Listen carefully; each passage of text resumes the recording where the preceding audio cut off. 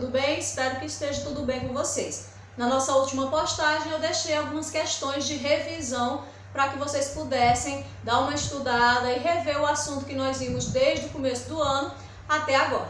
Vou corrigir essas questões e aí vocês vão anotando o que vocês acharem conveniente, que vocês acharem que é necessário, anotem as observações feitas. Depois nós vamos então discutir sobre as dúvidas de vocês, ok? Pegue o material de vocês e faça as suas anotações. Na nossa primeira questão, nós vemos o seguinte: a partir das informações dadas, enumere as informações em ordem sequencial, de acordo com as etapas do método científico. O método científico ele busca então validar uma pesquisa, ou seja, uma pesquisa com valor científico. Quais são as etapas que nós devemos seguir? Observação, eu devo conhecer sobre o objeto que eu vou estudar, sobre o fato que eu vou estudar. A partir da minha observação eu vou levantar os questionamentos, ou seja, a minha dúvida, o que eu quero pesquisar sobre aquele assunto. Daquele questionamento vão surgir algumas possíveis respostas, que nós chamamos de hipóteses. Claro que não vai surgir só uma hipótese, vão surgir mais de uma hipótese, então eu tenho que fazer a dedução. Eu vou excluir aquelas que não são coerentes e ficar com aquelas que realmente fazem sentido. Logo depois eu vou realizar a experimentação, para então eu verificar, se o meu questionamento houve uma solução para ele, se eu conseguir chegar a realmente um fato verídico ou não. Eu fiz meu experimento, mas eu verifiquei que não era nada daquilo que eu estava pensando que era. Apesar de ser um fato negativo, não significa que você não poderá então fazer a sua conclusão, que é o que vem logo depois, e então a divulgação ali num artigo científico. Então eu tenho quais etapas do método científico? Eu tenho a observação, eu tenho o questionamento, as hipóteses, a dedução, a experimentação, a conclusão e a divulgação. Quando eu volto aqui para a minha questão, eu tenho algumas sequências. No método científico, quais são essas sequências? A ordem que aparecem: conclusão, possíveis respostas, ou seja, hipótese, etapa experimental, dúvidas, levantamento de deduções. Então a primeira coisa que eu faço é ter uma dúvida. Lembra que eu acabei de falar que eu tenho uma observação? E logo depois daquela observação vem o meu questionamento, vem a minha dúvida. Como isso acontece? O porquê isso acontece? Então a primeira etapa aqui é a dúvida sobre determinado fenômeno da natureza. Logo depois que eu faço o levantamento desse questionário, vem quem? Eu falei? As hipóteses. Então logo depois, as possíveis respostas para a pergunta em questão. Hipóteses. Quando eu tenho as hipóteses, eu vou fazer o quê? Um levantamento de deduções. Vou excluir as que não são coerentes e ficar com as convenientes. Depois que eu fiz a minha dedução, eu vou fazer a etapa experimental. Vou fazer o meu experimento. E por fim, a conclusão. Então, quando eu sigo essa ordem, eu vou ter conclusões por último, número 5. Possíveis respostas para a pergunta em questão, hipótese 2. Etapa experimental 4, dúvidas sobre determinado fenômeno da natureza 1, que é o primeiro, e levantamento de deduções 3. Então a minha ordem correta aí vai ficar 5, 2, 4, 1, 3, porque é a ordem que ele aparece logo no segmento das questões. Então primeira observação, a dúvida, depois a hipótese, depois a dedução, depois o experimento e por último a conclusão. Então, na primeira questão, a resposta certa é a alternativa A. Na segunda questão, diz o seguinte: observe a seguir os níveis de organização de um ser vivo e marque a alternativa que contém os termos que substituem adequadamente os números 1, 2 e 3. Qual é o segmento que nós vemos aí? Célula. Logo depois de célula vem o número 1, depois vem o número 2, depois sistema e o número 3. Então, quem vai completar corretamente os números 1, 2 e 3? Lá na organização biológica, a ordem diz o quê? Que nós temos célula, tecido, órgão, sistema e organismo. Então, se eu for colocar aqui na numeração correta, logo depois de célula eu tenho tecido, que é o número 1. Logo depois de tecido eu tenho órgão, relativo ao 2. Sistema, e depois de sistema eu tenho um organismo, que vai, e aí está no número 3. Então, célula, tecido, órgão, sistema e organismo. 1, tecido, 2, órgão e 3, organismo. Essa é a sequência de uma organização biológica. Logo depois nós temos a espécie, população, comunidade e até chegarmos na biosfera, né? Lá com os ecossistemas e biosfera. Terceira. Então aí a resposta correta da segunda é a letra C. Tecido, 1, 2, órgão e 3, organismo. Terceira. A primeira coluna apresenta o nome de teorias sobre a evolução da vida na Terra. A segunda afirmações relacionadas a 3 dessas teorias. Então, 1, a biogênese, aonde os estudiosos acreditavam que a vida surgia de forma espontânea da matéria inanimada, da matéria bruta, ou seja, de uma goiaba eu vou ter lá a semente se transformando no bicho de goiaba. Da carne em putrefação surgem as larvas, é a teoria da abiogênese. 2, biogênese. Biogênese é a que é aceita atualmente, onde um ser vivo surge de outro ser vivo segundo a sua espécie. Um cachorro gera um cachorro, um gato gera um gato e assim por diante. 3, panspermia, que é a ideia de que as primeiras moléculas orgânicas precursoras da vida foram trazidas nos meteoritos, né, nos meteoros, dos bombardeios de meteoros que chegaram ao planeta Terra. 4, evolução química, que é a que é mais estudada, onde eu tenho a teoria lá dos reagrupamentos, né, das reações químicas que aconteceram com os gases e todas as condições da Terra primitiva. Quinta, a hipótese autotrófica, onde os primeiros seres vivos, as primeiras formas de vida, eles conseguiam fazer a produção dos seus compostos orgânicos, mesmo que de forma primitiva, não como na fotossíntese. Então vamos lá. Os primeiros seres vivos utilizaram compostos inorgânicos da crosta terrestre para produzir suas substâncias alimentares. Hipótese autotrófica, que foi o que eu acabei aqui de comentar com vocês. Na hipótese autotrófica, eu consigo produzir compostos orgânicos utilizando compostos inorgânicos mais simples. Nesse caso, aqui na Terra primitiva, eles estavam presentes na crosta terrestre. A vida na Terra surgiu a partir da matéria proveniente do espaço cósmico. Sempre que eu falar de moléculas orgânicas surgindo na Terra a partir do espaço cósmico, eu estou me referindo à panspermia cósmica. 3. Um ser vivo se origina de outro ser vivo. Biogênese. Um ser vivo surge de outro ser vivo segundo a sua espécie. Então, a ordem correta dos eventos aí, das hipóteses, 5, 3 e 2. A alternativa é.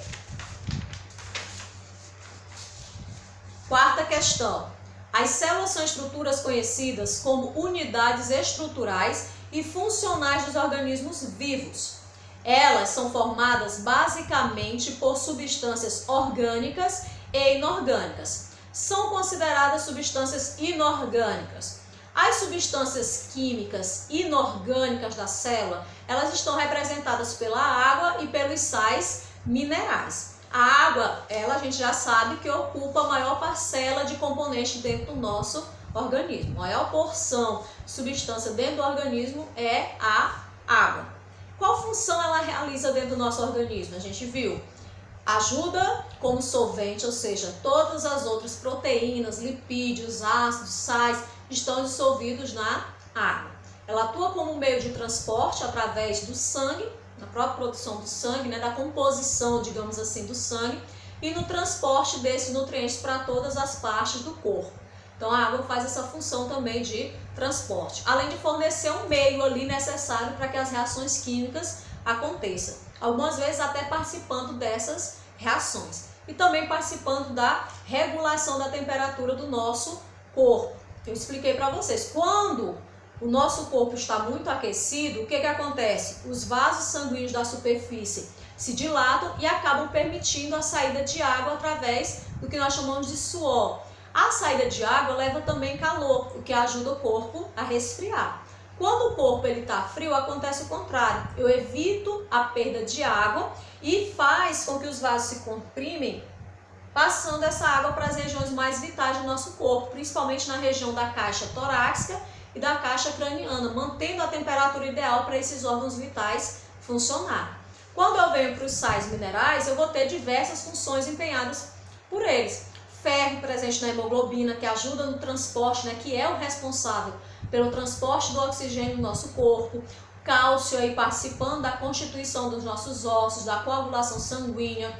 O iodo constituinte, né, dos hormônios da tireoide. Então nós vamos ter aí uma infinidade de sais minerais, cada um realizando uma função essencial para o nosso organismo. Então quem são os representantes das substâncias inorgânicas? Água e sais minerais. Quinta, muitas pessoas pensam que os lipídios trazem apenas malefícios à saúde. Quem são esses lipídios? As gorduras. E que podem ser facilmente excluídos da nossa alimentação. Entretanto, essa substância orgânica é essencial para o organismo. Nas células, os lipídios fazem parte da composição da membrana celular. Sim, a membrana celular dos animais, ela tem o colesterol na sua composição. Então, ele é importante sim para essas células. B, são a única fonte de energia? Não, porque nós temos os glicídios, os açúcares, que também são fontes de energia. Estão relacionados principalmente com a função estrutural. Na verdade, eu tenho a formação aqui da membrana, mas também eu tenho o colesterol participando dos hormônios sexuais. Progesterona feminino, testosterona masculino. Atua na formação da parede celular, ali presente principalmente em vegetais. Na verdade, eu tenho ela se fazendo uma composição das membranas celulares, principalmente de quem? Dos animais. Que no vegetal a gente não encontra esse lipídio, né? Na verdade, não o colesterol, mas a gente encontra outras substâncias realizando uma função semelhante. Mas esse lipídio aqui, nas células, os lipídios realizam qual função? A composição das membranas celulares. São moléculas formadoras de grande parte das enzimas? Não. Então, a resposta certa, alternativa A. Por isso que é importante nós consumirmos também essa gordura na alimentação, esses óleos, né? Principalmente os óleos insaturados, porque além de fazer parte da formação dos hormônios, além de fazer parte da formação da membrana, eles também participam no transporte e também no armazenamento das vitaminas lipossolúveis. Sexta, a farinha de mandioca, muito usada no cardápio do sertanejo nordestino, é um alimento rico em energia. Entretanto, é pobre em componentes plásticos da alimentação. Quando nos referimos ao componente energético, estamos falando daquela substância que é a reserva energética dos vegetais. Quanto aos componentes plásticos, lembramos-nos das substâncias químicas que participam da construção do corpo. Tais componentes energéticos e plásticos são respectivamente. Então, quando eu falo em componente energético, eu estou me referindo principalmente a glicídios, que são os açúcares, onde eu tenho os monossacarídeos, os disacarídeos e os polissacarídeos. Quando eu estou me referindo a plástico, né, a construção do corpo, eu estou me referindo às proteínas, que realizam também essa função de construção das partes estruturais do nosso organismo. Os glicídios, junto com os lipídios, fazem parte das substâncias energéticas.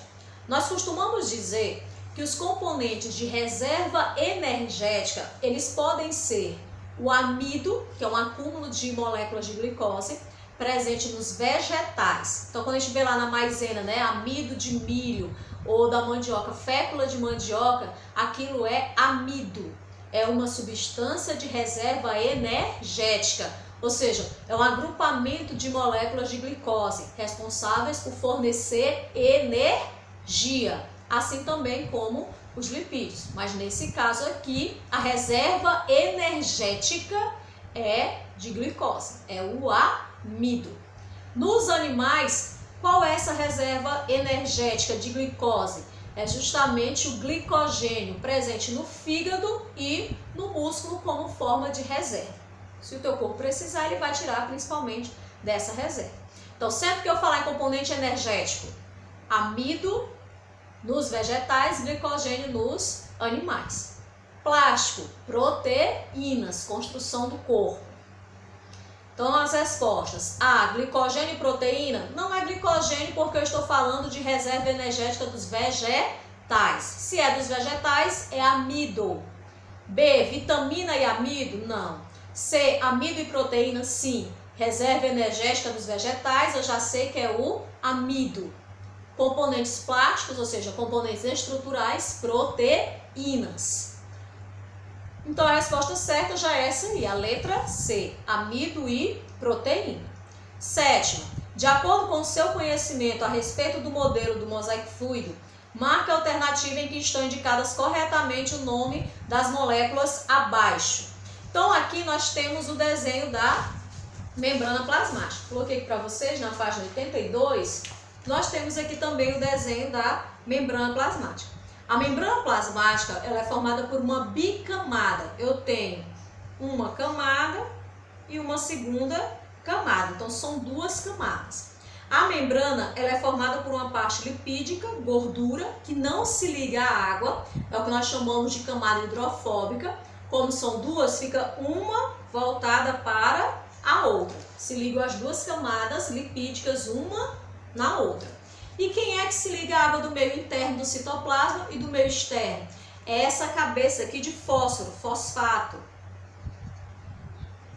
Por isso nós falamos que ela é uma bicamada fosfolipídica. Eu tenho o fósforo aqui ligado aos lipídios. Então, esse fosfato aqui ligado ao lipídio faz com que eu consiga, ter uma ligação no meio líquido da membrana plasmática com o líquido do citoplasma e também com o meio externo. Se vocês observarem, eu tenho a camada hidrofílica que se liga à água tanto para um meio quanto para o outro.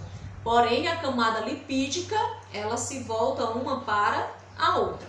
A membrana também é chamada de lipoproteica. Olha o nome, lipoproteica. Por que lipoproteica? Lipo de lipídios, proteica de proteínas. Então eu tenho aqui os lipídios e inserido nessa camada de lipídios eu tenho as proteínas, que vão fazer parte da constituição da membrana, também auxiliando na passagem de substâncias para dentro ou para fora dessa célula. Então, quem é o constituinte? Esse que está aí, as bolinhas e aqui as perninhas representando, Aí são os fosfolipídios. Por que fosfolipídios? Porque eu tenho lipídio e tenho fósforo também nessa constituição, fosfato aí presente. E essa parte aqui maior, inserido, são as proteínas. Então a membrana plasmática é lipoproteica, lipídios e proteínas. Nesse caso aqui, fosfolipídios. Alternativa C é a correta.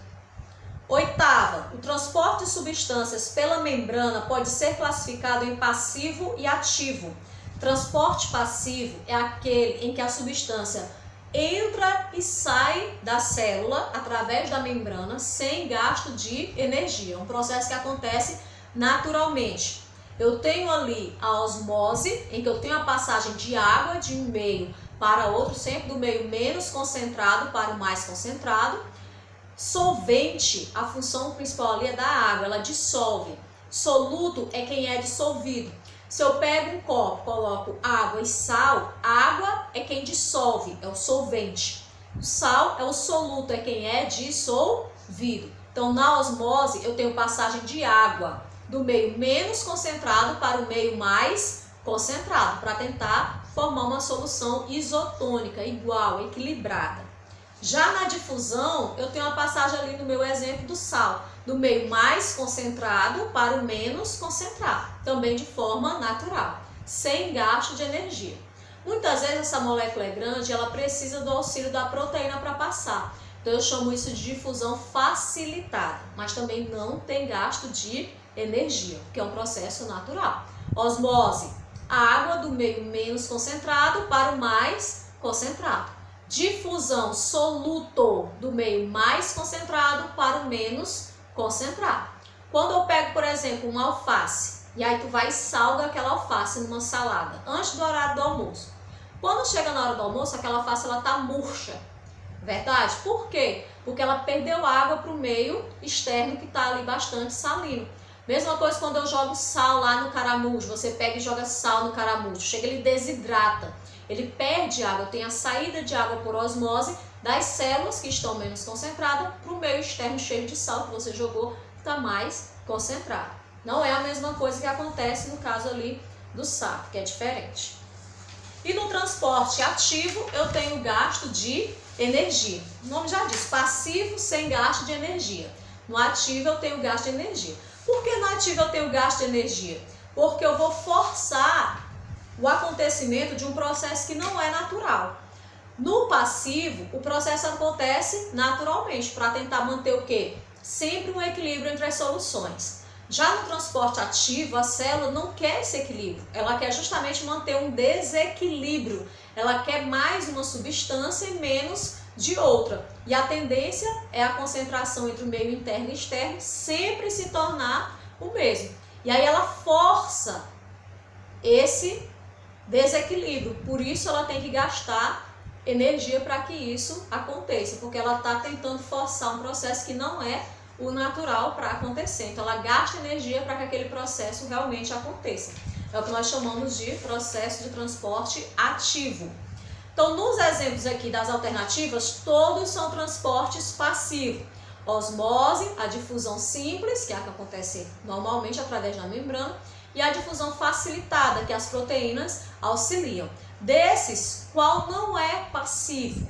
É a bomba de sódio e potássio. Na bomba de sódio e potássio, eu tenho então esse desequilíbrio entre a concentração de sódio e a concentração de potássio dentro e fora da célula. A célula quer potássio e joga fora o sódio, só que naturalmente a concentração excessiva de sódio do lado externo tende a passar para o interior da célula.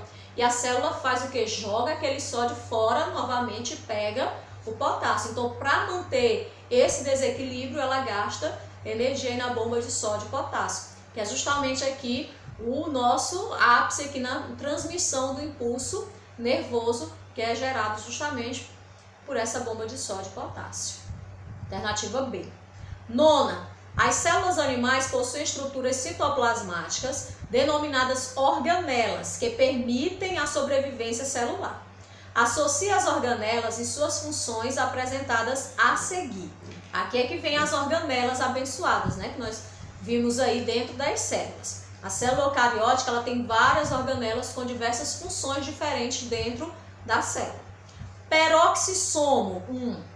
Qual a função do peroxissomo? Degradar a água oxigenada, degradar peróxido de hidrogênio, que é tóxico para a célula. Tá lá, o quinto, né? 5, número 5, decompor a água oxigenada.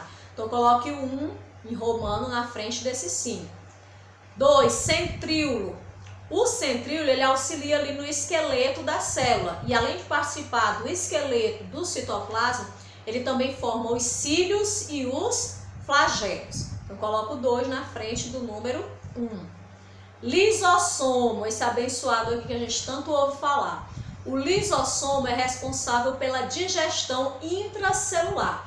Quando a célula engloba uma bactéria para tentar destruí-la, quem faz a digestão, quem degrada aquele agente é justamente o lisossomo. Então, o lisossomo é responsável pela digestão intracelular. Coloca aí o 3 na frente do 4 aqui, realizar a digestão celular. 4, complexo golgiense. A gente costuma dizer que a função dele é o armazenamento e a secreção.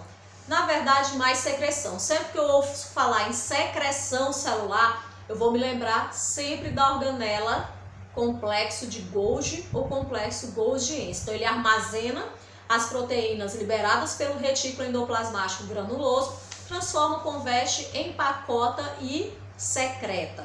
Coloque aí 4, romano, complexo golgiense, na frente do numeral 3, armazenar proteínas. E o quinto, retículo endoplasmático não granuloso ou liso. Ele é um produtor de lipídio. Enquanto o retículo granuloso tem ribossomos aderidos à sua superfície com a função de produzir proteínas, O liso tem a função de produzir lipídios. Então, qual é a sequência correta aí que nós vemos? O numeral 1, peroxissomo, é o 5, 2, o 1, 3, o 4, 4, o 3 e o quinto, o 2. Então, a sequência correta está na alternativa D de dado. Décima, podemos dizer que o número de uma célula eucariótica possui que o núcleo de uma célula eucariótica possui 4 componentes básicos. São eles: a carioteca, a cromatina, o nucleolo e o nucleoplasma. Então, sempre que eu falo no núcleo celular, eu vou ter essa organização, que é uma grande diferença do núcleo, né, da célula eucariótica para a célula procariótica, que é a presença do núcleo. Então, na membrana formadora do núcleo, eu vou ter aqui uma barreira, que é a carioteca, que é a membrana realmente nuclear. Então, delimitando, na verdade, o núcleo da célula, eu tenho a carioteca, que é a membrana nuclear. Na região interna, eu vou ter um aglomerado desse DNA de forma livre, produzindo proteínas com seus genes sendo expressos e outros não, que nós chamamos de cromatina. Então, a cromatina aqui, na verdade, é o próprio cromossomo, o próprio DNA. Algumas dessas regiões dentro do núcleo, ela se torna mais visível, que é onde eu tenho um aglomerado de RNA ribossômico, que ele fica sempre presente aqui no núcleo, e nós chamamos ele de nucleolo. E o material líquido do próprio núcleo é chamado de nucleoplasma. Assim como o citoplasma da célula, eu tenho o nucleoplasma. Aqui também na região do núcleo, uma coisa que eu acho que vocês estudaram aí e observando, nós temos a quantidade de cromossomos para a nossa espécie. A quantidade de cromossomos da nossa espécie é de 46 cromossomos ou 23 pares. 23 que nós recebemos da mãe, 23 que nós recebemos do pai. Normalmente é esse. Se acontecer um erro nesse processo de separação, vai ser gerado, que nós vimos até na nossa questão, que são as aberrações ou alterações cromossômicas. Um cromossomo a mais ou um cromossomo a menos, dependendo do tipo de alteração. E na página 106 nós temos também alguns cromossomos e a nomenclatura deles, né, de acordo com a posição do centrômero. Centrômero é aqui, o cromossomo sozinho, normal, ele só é um filamento. Quando a gente observa ele na forma de um X, é porque ele está duplicado.